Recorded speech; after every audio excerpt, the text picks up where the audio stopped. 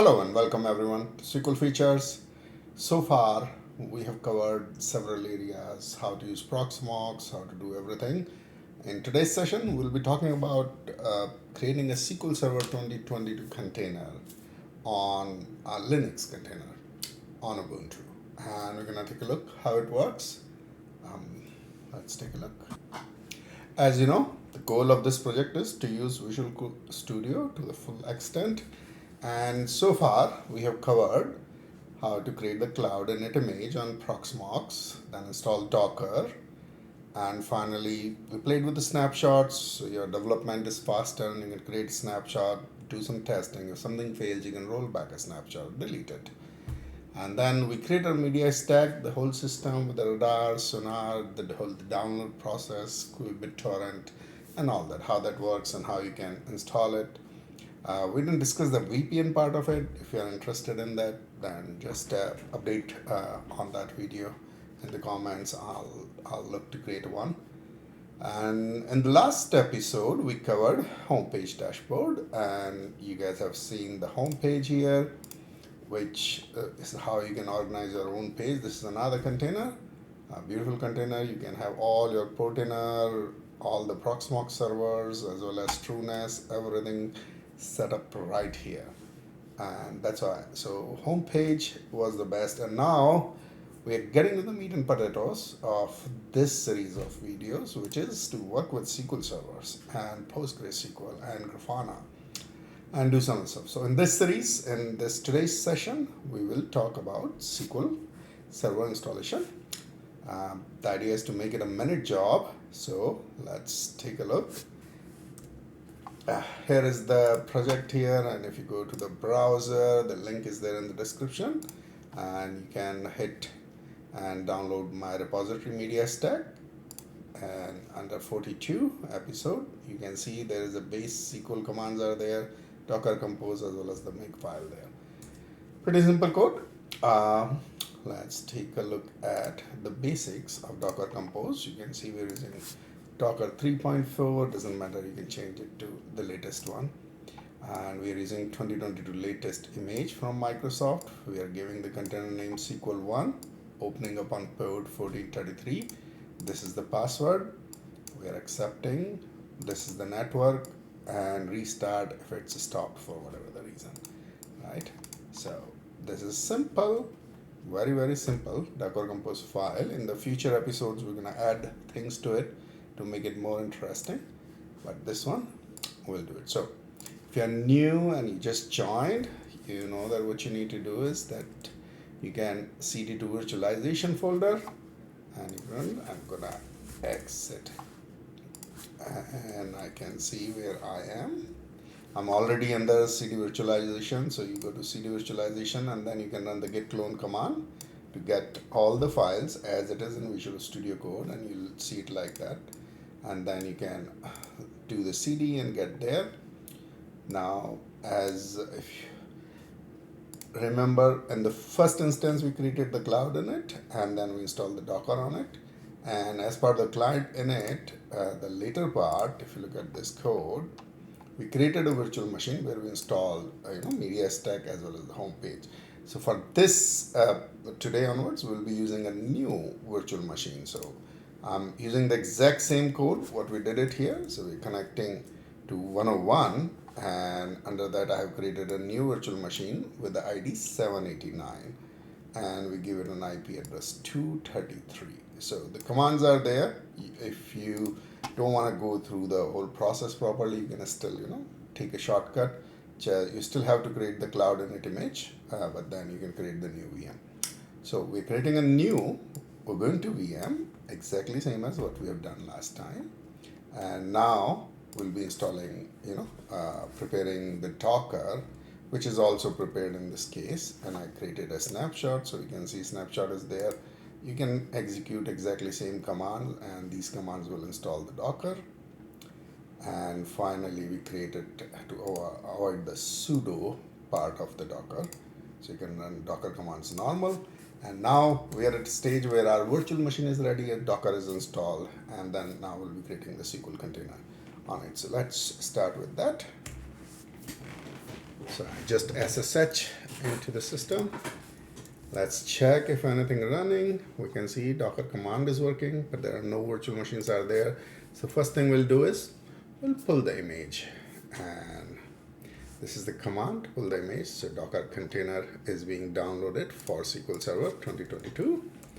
And once that's done, we'll exit from the virtual machine 233.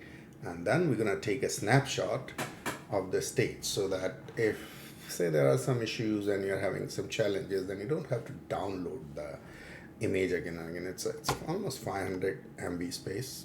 So, and we'll connect back to the PROXMOX, and then we'll create a list snapshots, and we're going to create a snapshot and we'll call it. So let's go ahead and exit from the VM. Let's log back into our PROXMOX server. Let's check the snapshots here.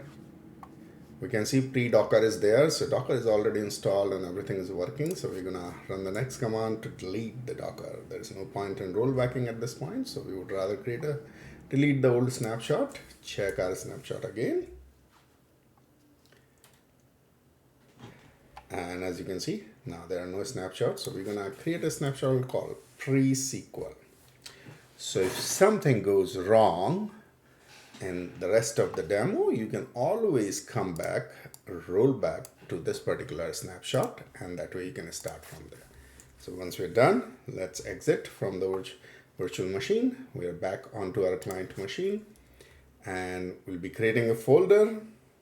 Let's run the command.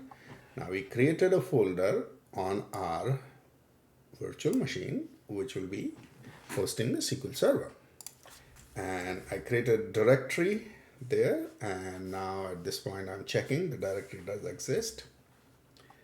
This is the local directory, what we have on our client machine, which we just get into it. Now in the next command, what we are doing is we are moving the Docker Compose file here into the virtual machine. So virtual machine can see it, and as you can see, the commands are here, SQL Server, so let's run that. Perfect, it's copied. Let's validate just in case. And we can see the virtual machine, the one we created, is already available on the VM.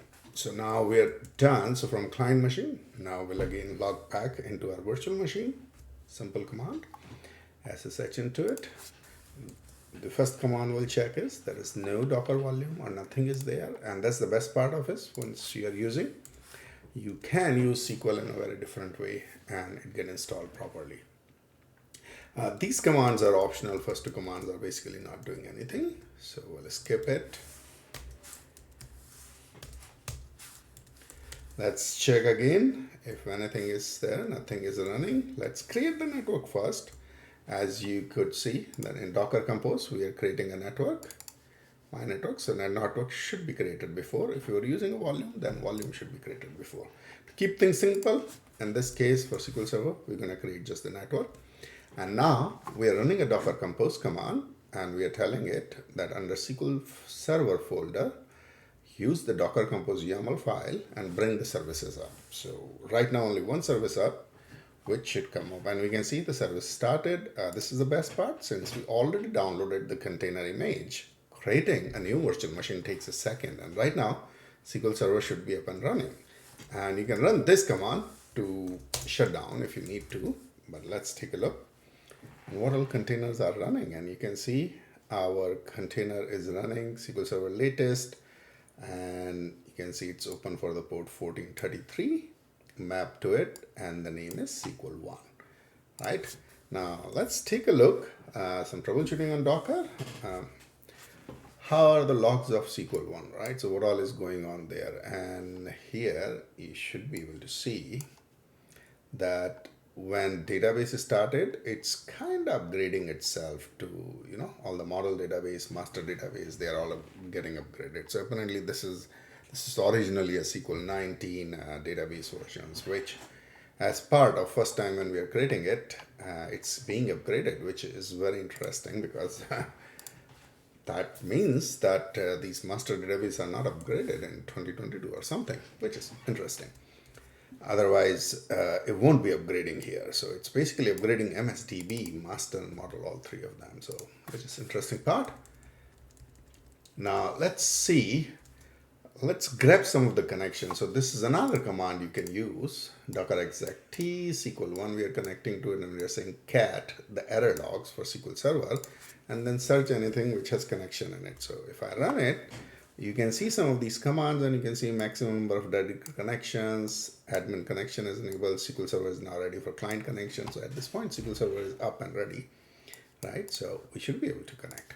But before we do that, this is another command through which you can just connect and run to the container directly. And right now I'm on SQL Server container. As you can see, MS SQL at this. And if I run the next command, this code, you can see we are printing machine name, server name, and computer net BIOS name and others. So if I run it, you can see this is a container. So all four of them are practically the same. But this is how you can run the simple SQL commands on it.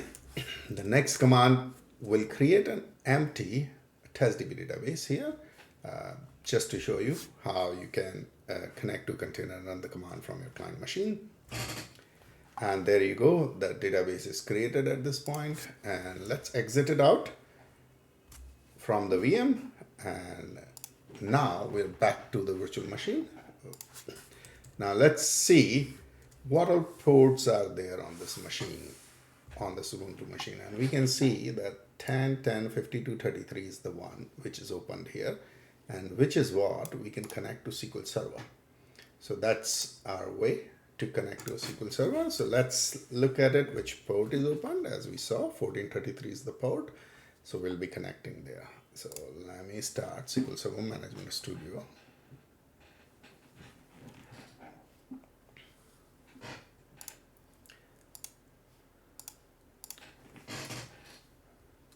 So we'll be connecting to 10, 10, 52, 33. That's our virtual machine, which has the container running with SA password. And so if I click connect, you can see database is created and we have the testDB, which we just created. And this is like a simple SQL Server. It's been running, it's container. So SQL Server agent will never work, but you have rest of the databases here and you can connect. Now, since we are more interested in exploring the Visual Studio Code, let me show you how you can use Visual Studio Code to connect to these services. To connect to SQL Server using the container using the Visual Studio Code, what you do is you need to download an application called SQL Server. So we go to this extensions, search for SQL Server, and you can see the first container is the one. This is the one which is already installed. So this is there, and we'll be using this to connect to our server. So if I go to here and click on add connection, I can put the IP address here. So I already have the IP address. I say which database I want to connect. If I don't do that, default is all database. So we're gonna use SQL login. We'll use the login as SA, and password would be our standard password. We'll save it and we'll give it a name, say profile SQL container, right? And there it is. It asks you for question, enable trust certificate, click yes. And there you go. On the right side, you can see you have all the databases as it is, security, all the features, what you're seeing in SQL Server Management Studio more or less is available. This is not a full-fledged client, but it does the basic stuff just fine. And you can open and click a new query and all that. Now, let's go ahead, go back to the project, and you can see we have this dbase SQL file. This is just, we already created the database connection. So if I run this command again, it will fail. So let's run it. Say execute query. It's asking where do you want to run it. First time you point it to SQL container, and the command is executed. On the right side, you can see database testDB already exists. So let's create a department table.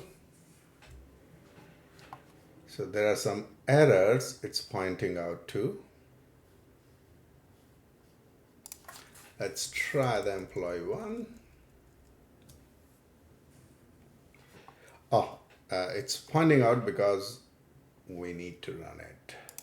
I have another tool called database, so that is what it's trying to execute against. So we need to right click and go to the bottom, execute query, Control Shift E, and we can see command successfully completed. This we can below area, we can kind of keep it down. Now, the best part is if you download another client called database, you can create a connection and then you can just click execute here and it will work.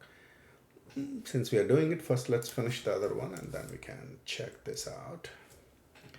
So you selected it, Control Shift E is the shortcut to run it, and you can see command successfully completed. We're good. Now let's insert some data into department values as well as insert employees. So I'm going to select all that, Control Shift E, and you can see 5 rows affected and 17 rows affected. Data inserted. So this is how this tool is pretty good. And now we're just seeing the data which we just inserted, and you can see how the output looks like. And very simple and quick way to connect to even the database control. You don't have to download SQL Server Management Studio or something. It doesn't mean it does work. You still have it. If you're comfortable with Management Studio, it's fine. But as more and more people are using Visual Studio Code, it's becoming a central application which does everything. And this is one of the reasons I started this series, that not only we are using PROXMOX as a hypervisor, but at the same time we are using Visual Studio to create all the different kind of containers and do the development and as well as the learning about SQL Server and PostgreSQL. So hopefully that give you some idea. So let's connect to this database tool extension, and you can create a connection here. You can create the name here.